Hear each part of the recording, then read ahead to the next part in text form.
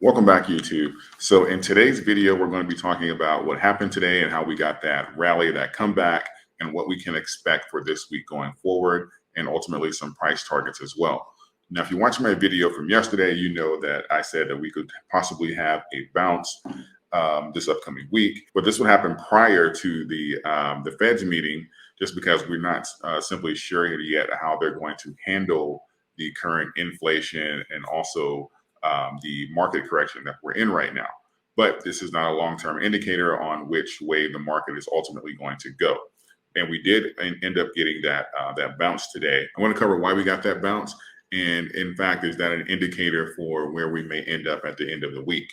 So here we have an article. This is by CNBC, and it's by one of the stock strategists at JP Morgan.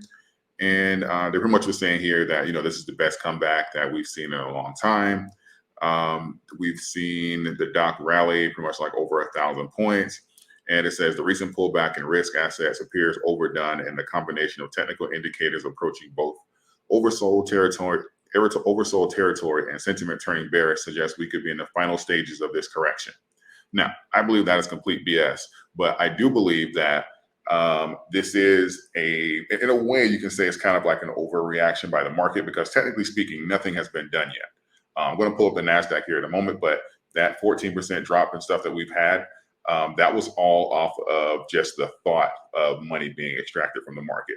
So in that sentiment, he's right. What you have here is a lot of institutions, and I also believe private investors, private funds and stuff like that, believe that we're not going to have a further correction. So they consider this as a dip or buying the dip. And we're going to get into that in a little bit later in the video. But we'll see that when you have like these types of software corrections, people typically take advantage of these, as you should, especially if you believe an asset is undervalued and you're able to get into those positions. So you'll see typically you can expect these bounces, especially when you have like a correction of the correction typically is like 10% or more. So if you have a correction, you're like around 13 to 14%, they'll say, oh my God, this is a great deal. I can make an entry on this, whether I'm going to trade it or add to my long position. This is a great entry for me. Now I'm going to switch over to my charts, but what we can see is we did kind of get like that rejection as far as for the market going down. Again, that was the buying pressure ultimately going in. And then you can pretty much compare this across the board. You'll see that crypto kind of rallied as well. And you got that bounce back up. I think Bitcoin went down to around like 33 earlier this morning.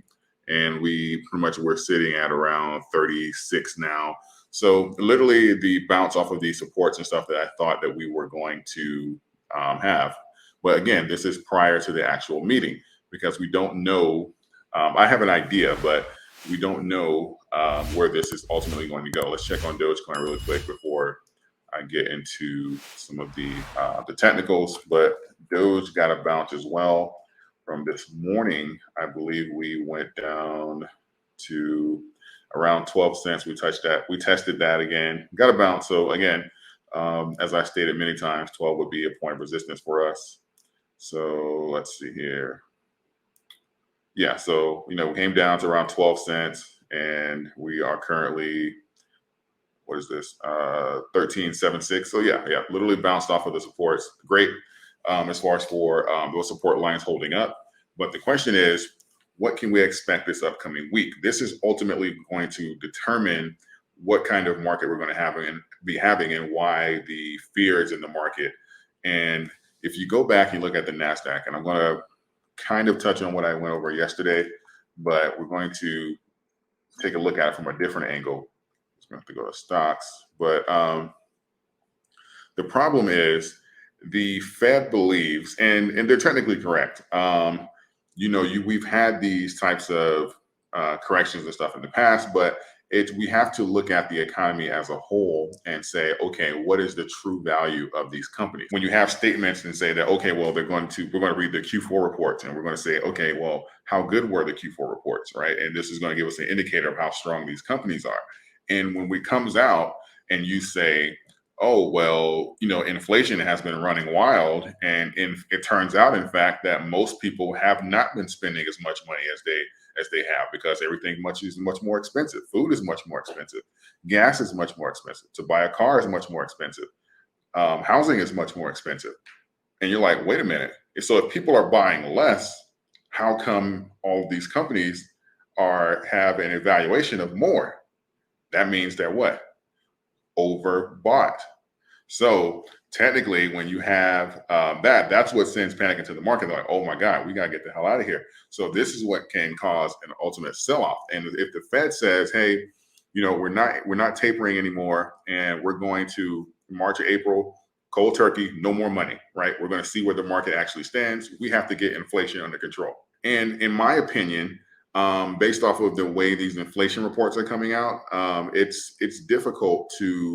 would be difficult for them to change their narrative, because they're literally in between a rock and a hard place. Because if you keep pumping money, if you stop the correction, if you say, okay, well, we don't want to go in a recession, we need to, because let's not forget, and this affected Dogecoin, Bitcoin, the crypto market, and all. The Feds are the ones that stopped us from going into a recession here in March of 2020. The reason we rebounded and went up is the Fed started coming in and putting money into the market. So they've been propping up this here from March of 2020 up until, still now, really, up until March, April of this year. The Feds have been injecting around 120 billion a month. So, and it's not the Fed's job really to hold up the stock market. That's just true. And I've seen a bunch of reports on that today, and that is really a fact. It's not their job to hold up the stock market. That's not what they were created for. They weren't created to make sure that we never have bad times in the stock market. So let's expand the currency supply. So when you say, okay, well, we're not going to hold the stock market anymore, and pretty much getting inflation under control is more important to us than everybody being rich in the market. And what good is that if the dollars aren't worth anything? And again, that is 100% correct.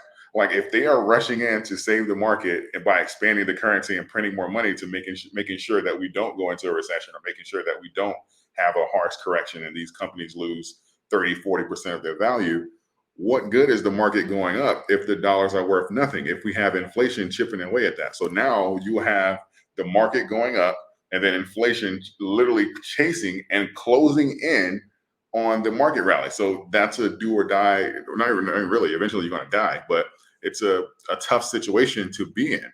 And this is why I don't think the Fed is going to change their tune as far as cutting down this money supply. At best, at absolute best, I can say they may continue and just decrease the amount over time. So they may not necessarily say, okay, well, March or April, we're completely done. And that may cause some relief in the market, but the money has to stop. Like, they cannot continue at this pace. We're seeing record inflation now, that we haven't seen since the 80s. So if they continue this for another 6 months or another year, we're going to end up in hyperinflation. And they've already proven over the past year that they don't necessarily know, that they didn't really expect inflation to be this much out of control. Because remember, all last year, what was inflation? It was transitory. Now it comes out, oh, okay, well, it's not transitory, so we're going to have to take a more aggressive approach. So what we don't want is this perceived wealth in the market and crypto rallying to all-time highs, the NASDAQ continuously going up, and the Fed's like, well, inflation is going up and we don't know what to do with it, so we're just going to create some experiments and kind of hope they work, right? The biggest thing I can say is, I said this just in my video, is where the cryptos are now, where the stocks are now, whether that's Dogecoin, Bitcoin, Ethereum, Apple, Microsoft, whatever happens in a correction period or bear market is not an indicator of where the stock is going to go, as long as it has quality. So I believe that these positions will recover. But in the meantime, you need to prepare yourself for, if the Feds don't come out, which I don't necessarily believe they will, but on Wednesday, if they come out and they say, hey, those were the earnings and we're sticking to our guns, this is what's best for the country, you can expect this correction to continue. And, and I believe that it'll have some ways to go, because there's a lot of funny money in the market. So, and you have to be prepared for that. And that's one of the reasons I think that as far as when it comes to averaging down, increasing your coin count, increasing your stock positions, don't necessarily go all in. Give yourself some time so that you can catch, some of the positions as it decreases in value. Because if you have $5,000, you say, oh my God, it's a dip, and it's a 10% dip, and you put 5,000 in, you're like, oh my God, I bought the dip. And as we know, sometimes the dip keeps dipping, and you went in at 10%, so you got more, you're long on it, so it's okay, but you could have got it at 30%, right? So you could have gotten a lot more. So just give yourself an opportunity for that 30% or that 20%. Give yourself that chance to really capitalize off of this, because again, the market has literally been like on steroids for like the last year. So, that we're going to have to pretty much go natural here, and we're going to have to see what is the actual strength of the stock market. And the reason I say we have some ways to go is because I know that those trillions of dollars, and even in the crypto market, that $3.3 trillion evaluation we had and stuff like that, I feel very strongly that that's not retail money. So I'm thinking at absolute least, we're saying at least a trillion and a half or two. I say maybe it's like a trillion and a half, but we're going to have to come down. So you think that we know that most of the money obviously is in Bitcoin, and we also know that most of the money that is in Bitcoin belongs to institutions. So time this right if you're interested in Bitcoin and a lot of these other coins as well, because this will push a lot of coins to test some of their support levels. I mean, really test them. So give yourselves an opportunity to take some positions in there. You've seen where these coins go when times are good. So give yourselves an opportunity. A lot of these coins have catalysts. A lot of these coins have the opportunity to position you to change your life on the next bull run. So, these are things that cycles are guaranteed. They're like seasons, right? After winter, I can tell you, I'm not psychic or anything, but I can tell you that spring and summer is coming.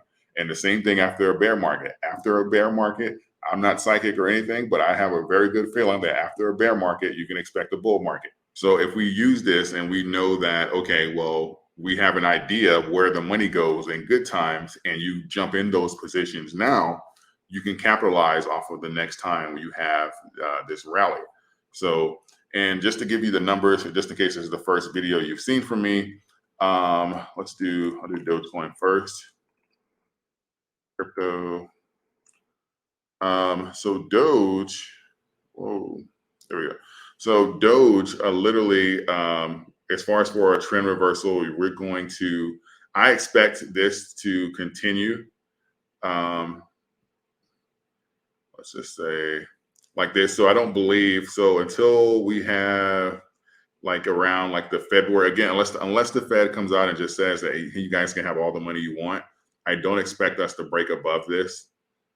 So I expect that at least until February or March, right, when we get an indicator, because we have another meeting, I believe March 25th, March 16th, I want to believe. Don't quote me on that, but I believe we should come up and test this line again. But in order for us to declare a trend reversal, where we are now, we're going to have to break above around 16, 17 cents in order for us to say, okay, well, we're setting a new trend.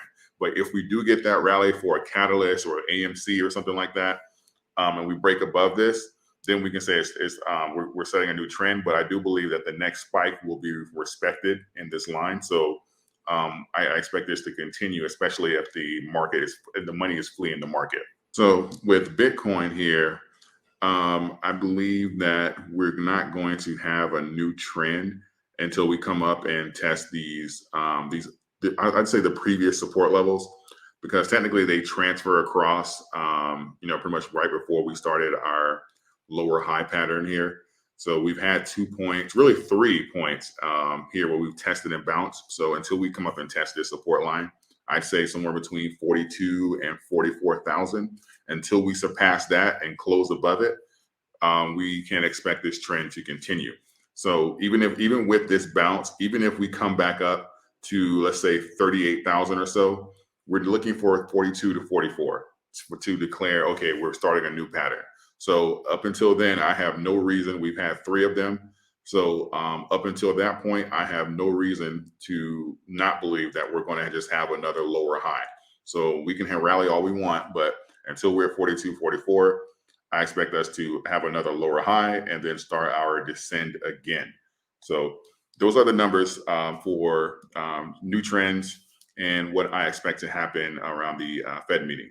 If you found value in this video, please consider giving it a like and subscribing to the channel. We just surpassed 38,000 yesterday. So I just wanted to say thank you again for that. I'm very excited that we're closing in on 40,000. So we have less than 2,000 people to go. So that is really amazing. So I'm glad you guys are finding value.